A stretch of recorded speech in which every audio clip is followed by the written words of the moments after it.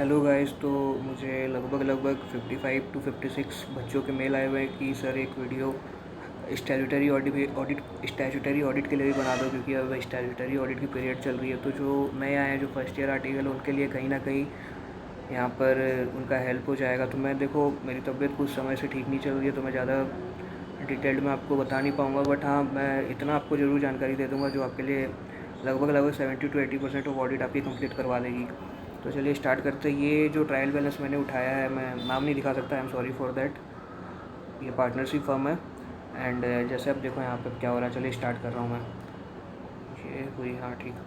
अब देखो यहाँ पे क्या हो रहा है। कैपिटल अकाउंट है, कीर्ति बंक का नाम है, रुपेश कुमार बंक का है। अब यहाँ पे देखो, ये यार कैपिटल ट्रांजेक्शन आप कर रहे हो। कैपिटल ट्रांजेक्शन आप किस चीज़ की कर रहे हो, मतलब होनी चाहिए, पता होना चाहिए ना कि आप ट्रांजेक्शन में क्या क्या है। वो क्या हो सकता है, एडवांस टैक्स पे किया हो, सेल्फ असेसमेंट टैक्स पे किया हो इन्हीं के अकाउंट से। ड्राइंग्स हो रही है, ड्राइंग्स देखो क्या क्या ट्रांजेक्शन हुआ है वो देखो, विड्रॉवल हुआ है वो देखो। तो ये सब की डिटेल्ड एनालिसिस करो कि क्या क्या हो रही है। लोन्स एंड लाइबिलिटी में बात करें तो बैंक ऑडिट की आप स्टेटमेंट मिला लो कि हाँ भैया ये स्टेटमेंट है, इस डेट पे ये एंट्री पड़ी है। तो जनरली देखो, अगर एक एक चीज़ जाने लगोगे तो आप पता चलेगा 2 महीना में एक ऑडिट हो रही है। तो अपने क्या करते हैं हम लोग, सैम्पलिंग बेसिस पे देखते हैं। और स्पेशली वो देखो कि मार्च के केस में देखो कि हाँ भैया सारे ट्रांजेक्शन सही हुए हैं या नहीं हुए। ये जो क्लोजिंग बैलेंस आ रहा है, क्लोजिंग बैलेंस उनका मैच कर रहा है या नहीं कर रहा है, जो हम लोगों को स्टेटमेंट प्रोवाइड कर रहे हैं। सिक्योर्ड लोन की अगर बात करें तो IDBI, यहाँ पे देखो IDBI जैसे बैंक से लोन ले रखे हैं सिक्योर्ड लोन, तो देखना कोई ना कोई मॉर्गेज प्रॉपर्टी होगी। सिक्योर्ड लोन है तो मॉर्गेज होना ही होना है, फ्री पॉकेट में कभी नहीं मिलता है। एंड अनसिक्योर्ड लोन देखो यहाँ पे, जैसे मैं अनसिक्योर्ड लोन एक अच्छा टॉपिक है। लाइक इसमें 194A में TDS कटना चाहिए। देखो कटा या नहीं कटा। अगर इंटरेस्ट आ रहा है तो interest other than interest on securities, जो इंटरेस्ट ऑन लोन होती है वो 194A में TDS कटता है। उसमें अगर मैक्सिमम लिमिट एक्सीड कर रहा होता है तो यहाँ पे देखो, यहाँ तो कुछ ही नहीं हुआ है, यहाँ तो इंटरेस्ट भी नहीं मिल रहा। तो भैया पता करो भैया, आप इंटरेस्ट क्यों नहीं दे रहे हो? क्या रिलेटेड पार्टी है क्या? रिलेटेड पार्टी के चलते आप इंटरेस्ट नहीं दे रहे हो क्या? तो ये सब भी नोटिंग करो भाई, ये सब क्वेरी उठाने की चीज़ होती है। उसी तरह से अगर ड्यूटीज़ एंड टैक्सेस की बात करें, ड्यूटीज़ एंड टैक्सेस में क्या क्या आ सकता है यार? टैक्स रिलेटेड जितना कुछ तुम जानते हो सब यहाँ पे लगा दो। ड्यूटीज़ एंड टैक्स में जैसे CGST, SGST, IGST, GST के पार्ट को देख लो। GST के रिकन्सी, जैसे हमारे टाइम पे तो चलो GST था नहीं, वैट था। वैट आज अपने टाइम पे है भैया, अपने अभी भी ऑडिट करते हैं तो GST रेको देखते हैं। तो रेको में अब क्या देखते हैं कि मंथली अपने बना लेते हैं 3B का, 1 का, कि 2A का सब कुछ सही जा रहा है नहीं है। 2A का अपने केस में क्या करते हैं कि हमारे लिए ये चीज़ पॉसिबल नहीं है कि कौन कौन क्लाइंट आपके आइडेंटिफाई कर दिए। अपने क्लाइंट को दे देते हैं कि भैया आप आइडेंटिफाई करके दो कि आप सारा इनपुट सही आ रहा है नहीं आ रहा है। अगर गलत है तो उसको रिवर्स करवाओ। सन्ड्री क्रेडिटर, इसमें देखो ट्रेड पेबल्स में क्या क्या ओपनिंग से खड़ा आ रहा है, पता चलता है कि 5-5 साल से कोई क्रेडिटर खड़ा है, वो बैलेंस खड़ा ही आ रहा है। सबसे ज़्यादा झोल झपाटा जो होता है वो सन्ड्री क्रेडिटर और सन्ड्री डेटर्स में होता है। और थर्ड जो सबसे ज़्यादा झोल झपाटा होता है, एकदम लिटरली फ्रैंक बता रहा हूँ, लोन्स में होता है। ये चीज़ आप कभी इनकम टैक्स असेसमेंट में जाओगे या फिर कभी ऑफिसर के साथ आप मीट करोगे तो आपको पता चलेगा कि भैया कहाँ कैसे क्या झोल होता है।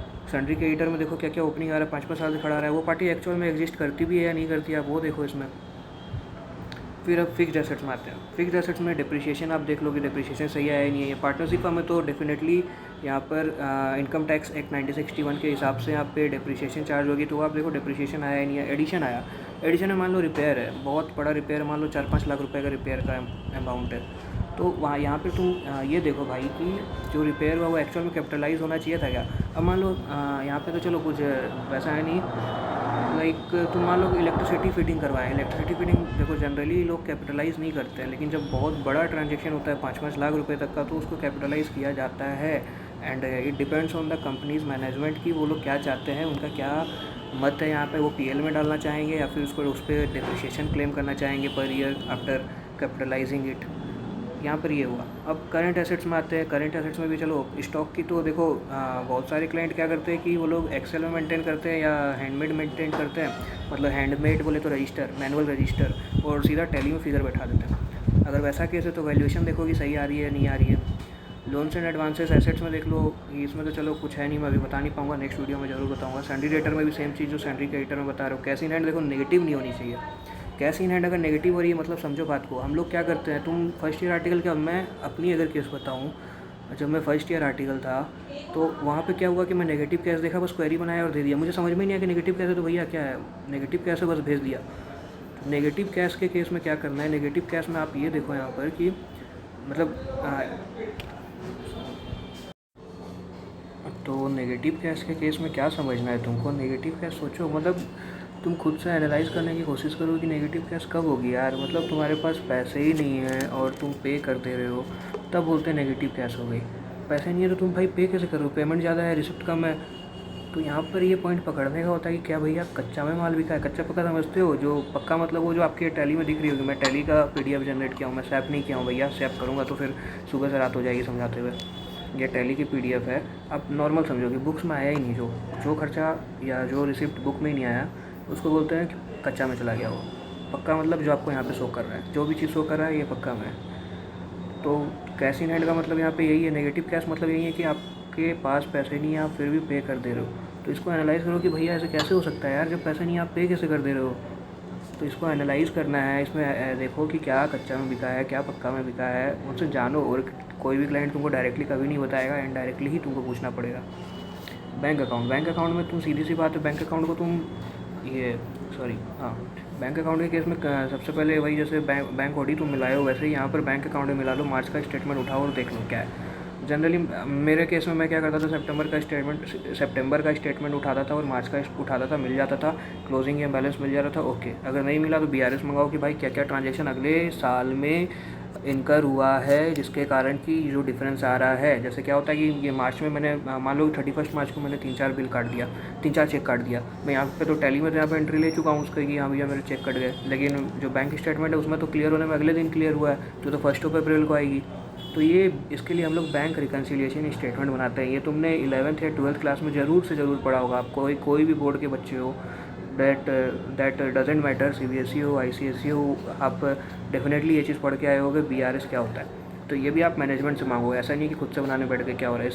सब मैनेजमेंट का काम है। आप सिर्फ क्वेरी उठा के दोगे भैया, आप देखोगे और उसको कुछ सजेशन चाहिए कि मैं क्या करूँ, तो आप ये बताओगे। अब उसी तरह से मान लो आते हैं, चलो पीएल अकाउंट पे आते हैं। अभी तक अपने बैलेंस शीट के जो भी पार्ट्स थी वो डिस्कस किए थे।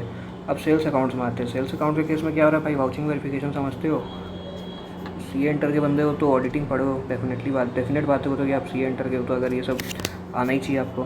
वाउचिंग वेरिफिकेशन क्या है, वाउचिंग वेरिफिकेशन में यहाँ पे देख लो कि बिल जो है वो सही है या नहीं है, एंट्री एकदम सही हुई है या नहीं हुई है। उससे अब तुम बहुत जन मतलब मेरे दोस्त लोग भी मुझसे बहुत बार पूछते हैं भाई रेट डिफरेंस का क्या करते हैं। रेट डिफरेंस मतलब समझो क्या है रेट डिफरेंस मतलब हो गया कि आज मान लो मेरे को आज मैंने किसी को सेल किया भाई। जैसे मैं आप जनरली देखो, अगर कोल की ऑडिट करोगे ना तब समझ में आएगा। लाइक कोल इंडिया की ऑडिट मैंने की है, तो मैं वहाँ पे देखा कि रेट डिफरेंस भर के आता है। मान लो कि आज जो कस्टमर था उसने मेरे साथ में बीट कर दिया, मान लो मैं सपोज है फॉर एन एग्जांपल 1000 रुपये में बीट कर दिया।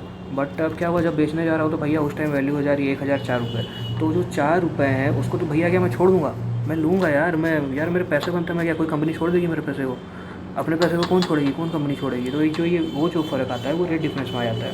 तो ये उसी के लिए एंट्री यहाँ पे अलग से मार दी जाती है। अब परचेस अकाउंट में आते हैं तो इसमें भी सेम केस है भाई। वाउचिंग वेरिफिकेशन करो, देखो डिफरेंस, डिस्काउंट आ रहा है, डिस्काउंट दिए हैं तो देखो बिल देखो कि एक्चुअल में डिस्काउंट है या ऐसे ही हवा में भाई साहब घुमा दिए हो पैसे को। Indirect income incentive receive on sale, बहुत बार कंपनी से केस में क्या होता है ना, लाइक अब तुम जाओगे, जैसे मेरा एक फ्रेंड है उसका ओप्पो की उसने डीलरशिप ले रखी है। तो अब जो कंपनी से डायरेक्टली उसको माल आता है, कंपनी तो क्या करती है भैया, आप अगर इतना टारगेट अचीव कर दोगे, मान लो फॉर एन एग्ज़ाम्पल 10,000 आपने यूनिट अगर बेच दिया तो उस केस में आपको इंसेंटिव दी जाएगी। तो ये वही वाला इंसेंटिव है यार, इंसेंटिव मिलता रहता है। बोले ठीक है भैया, मिलने तो क्या है यार, फ़ायदा ही तो है कंपनी को, मेहनत कर रहा हूँ तब आ रहा है इंसेंटिव, ऐसे थोड़ी हवा में आ रहा है। इनडायरेक्ट एक्सपेंसेस में आते हैं बैंक चार्जेस। बैंक स्टेटमेंट में डेफिनेटली मिलेगा। प्रिंटिंग स्टेशनरी जो खर्चा करते हैं, कैश में खूब खर्चा मिलेगा। जनरली जो झोलबाज होते हैं वो कैश में ऐसा खर्चा मारेंगे तुमको यकीन नहीं होगा कि भैया ये प्रिंटिंग एंड स्टेशनरी की पार्ट है। तो ऐसा हम लोग बैठ के भी सुधरवाते हैं। रेंट चार्जेस, जो रेंट के जो लिमिट होती है 194I में तुम देखोगे कि रेंट जो TDS कटती है वो लिमिट क्रॉस कर रहा है तो TDS कटा है, नहीं कटा है तो फिर देखो उसको खर्चा को हम लोग डिसअलाउ करते हैं 30%। TDS में रूल है, अगर TDS नहीं कटता है 30% ऑफ खर्चा को इस साल डिसअलाउ करते हैं, और अगले साल जब वो पे कर देता है तो उस केस में उसकी 30% डिसअलाउ हुई है वो आप अगले साल उसकी डिडक्शन ले सकते हो। रिपेयर एंड मेंटेनेंस देख लो क्या है। Sales incentive, non GST, doesn't matter. Travelling conveyance में देख लो, आने जाने का जो भी खर्चा लगता है एज ए एम्प्लॉय लोग को भी भोजन देते हैं। नहीं तो फिर तुम्हारा स्टाफ लोग को, सॉरी एम्प्लॉय लोग के लिए तो अलग हेड होता है, एम्प्लॉय बेनिफिट एक्सपेंसेस। जो ट्रैवलिंग एंड कन्वेंस होते हैं, जो नौकर रखते हैं अपने, बहुत सारे स्टाफ रखते हैं, फ़ाइल उतारते हैं, जब फाइल उतारते हैं खाना ला देते हैं यार, बड़े बड़े कंपनियों में मिलेंगे, तो उनके जो खर्चे लगते हैं उसको ट्रैवलिंग एंड कन्वेंस में डाल दिया जाता है। बाकी हर मैनेजमेंट की, हर कंपनी के मैनेजमेंट की अपनी अपनी पॉलिसी होती है कि कहाँ उसको दिखाना है। And thereafter electricity bill आएगी आपके पास, इलेक्ट्रिसिटी के हिसाब से डाल दो, इलेक्ट्रिसिटी के हिसाब से आप डाल दो। सैलरी टू स्टाफ में देख लो, बहुत सारे स्टाफ्स के इसमें भी टीडीएस आनी चाहिए, तो टीडीएस कटी है या नहीं कटी है, तो डेफिनेटली उसके बाद नेट प्रॉफिट आ जाएगी। आप देख लो, अब जो भी है एकदम ब्रीफ में आपको जानकारी दिया हूँ, और मेरी तबीयत उतनी ठीक है नहीं तो मैं ज़्यादा बता नहीं पाऊँगा। तो आज के लिए इतना ही, और नेक्स्ट वीडियो ज़रूर बनाएंगे। Thank you so much.